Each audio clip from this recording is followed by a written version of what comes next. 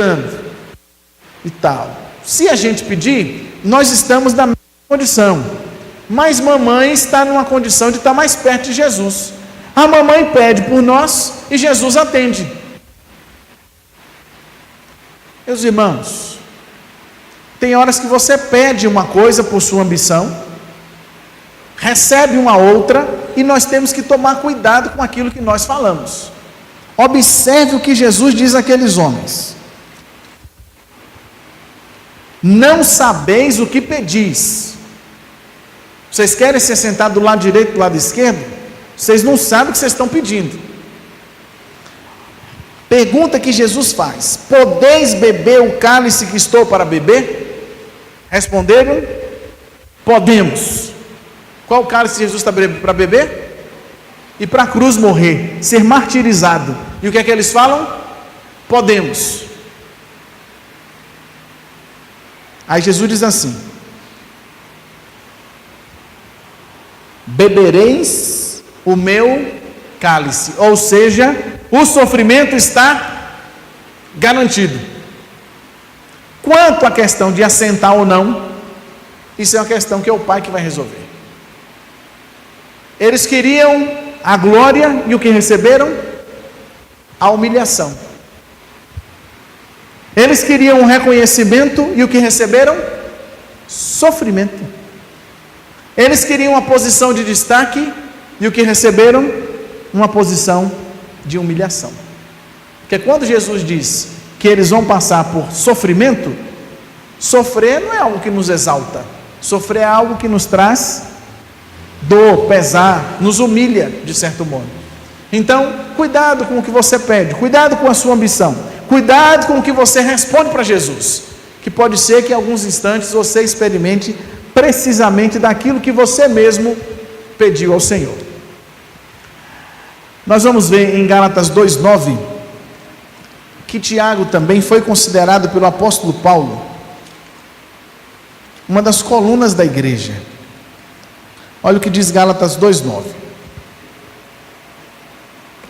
E quando conheceram a graça que me foi dada, Tiago, Cefas, que é o outro nome de Pedro, e João, que eram reputados colunas, me estenderam a mão, a mim e a Barnabé, a destra de comunhão, a fim de que fôssemos para os gentios e eles para a circuncisão. Observe que este homem, como eu disse lá no começo desse nosso estudo, ele foi colocado em segundo lugar por Marcos e por Lucas, quando escreve o livro de Atos, exatamente porque Tiago se tornou um daqueles que eram uma das sólidas bases da igreja, embora nós não vejamos registro de suas atividades. Mas nós vamos perceber, pelo último item aqui de nosso estudo hoje, o quanto ele se tornou importante. E quando você, só para lembrar um pouco, o país Espanha tem como padroeiro São Tiago. E é exatamente este Tiago aqui, que é chamado de Tiago Maior. O outro Tiago, o outro discípulo chamado Tiago, é chamado Tiago Menor. E tem um outro Tiago que nós vamos estudar daqui mais um tempo, a sua carta, que é o meio-irmão de Jesus, que escreveu a epístola de Tiago. Então são 3 Tiagos na Bíblia, e o de maior destaque é esse que nós estamos estudando. Observe o que é que acontece com esse moço no final de sua vida. Ele é o primeiro apóstolo mártir. Todos os apóstolos foram martirizados, não é? O primeiro mártir da igreja cristã é Estevão, aquele diácono cuja morte está registrada em Atos capítulo 7. Mas dos 12 apóstolos, o que primeiro é martirizado é Tiago.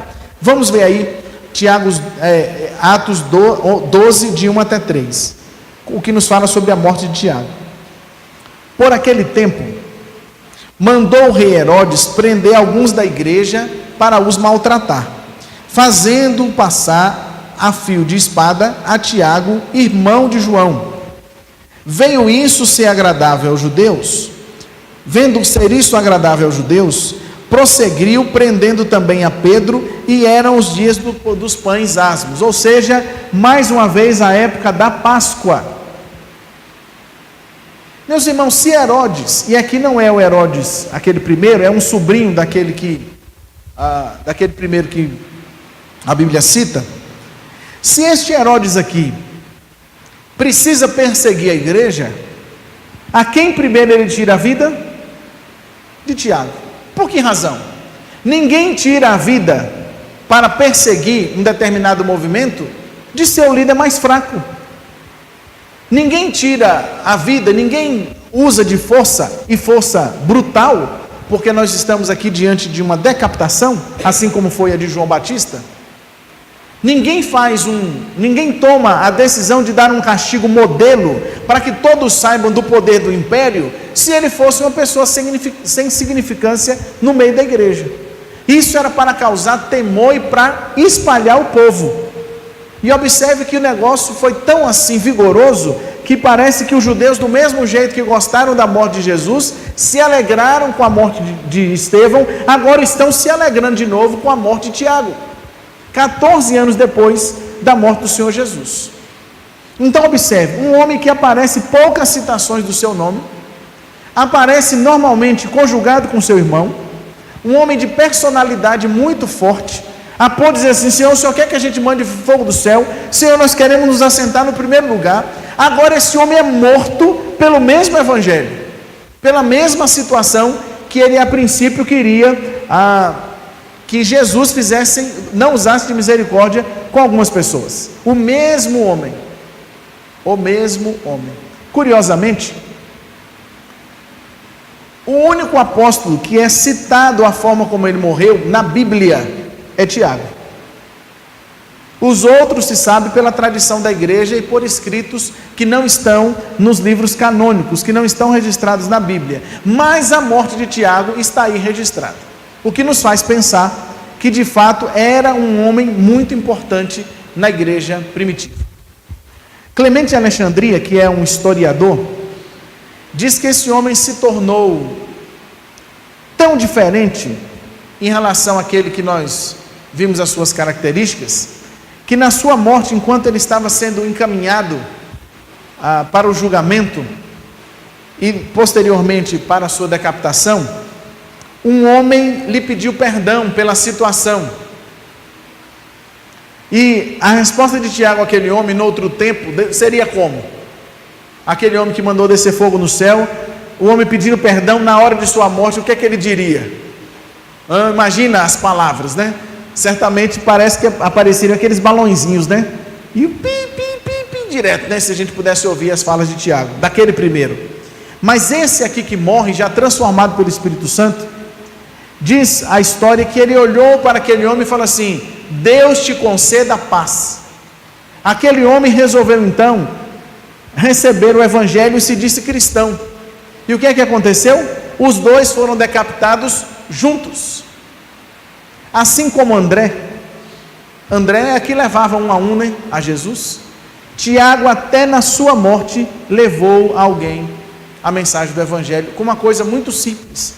Na hora que o homem lhe pediu perdão por estar conduzindo para a morte, ele disse: Deus te conceda paz. Aquele homem afirmou então ser cristão e foi morto junto com Tiago. Meus irmãos, o que aprendemos com Tiago? É que é importante nós termos fervor, é importante nós sermos vigorosos naquilo que nós fazemos, é importante nós lutarmos pela causa que nós defendemos, é importante nós queremos ocupar um posto de liderança naquilo que nós estamos nos propondo a fazer, mas igualmente é necessário que nós tenhamos cuidado com aquilo que nos é proposto.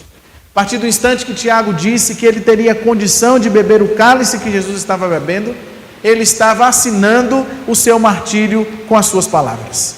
Este mesmo homem, transformado pelo Espírito Santo, se tornou alguém importante na igreja, a ponto de ser morto para parar o movimento da igreja cristã. Então entenda que, embora nós precisemos de pessoas como André que estejam nos bastidores, nós precisamos de gente como Pedro que está mais à frente, nós precisamos de Tiagos que vão estar ali em segundo lugar, em segundo plano, resolvendo as situações, ainda que em alguns momentos errando, ainda que em alguns momentos sendo excessivos por sua própria natureza. São chamados como mesmo filhos impetuosa, decidida, e que muitas vezes, meus irmãos, vai errar, porque toma a decisão no ímpeto. Mas tantas vezes me parece que é melhor nós errarmos pelo excesso do que por falta. Muitas vezes me parece que é melhor que nós tenhamos atitude do que ficarmos esperando que alguma coisa aconteça, e nós sabemos que aquilo que nós deixamos por acontecer, não acontece. Que Deus nos dê esse espírito aí de Tiago, de sermos fervorosos, de tomarmos decisões, de servirmos ao Senhor com dedicação, e se necessário for, com a nossa própria vida, como Ele fez. Deus nos abençoe. Vamos orar.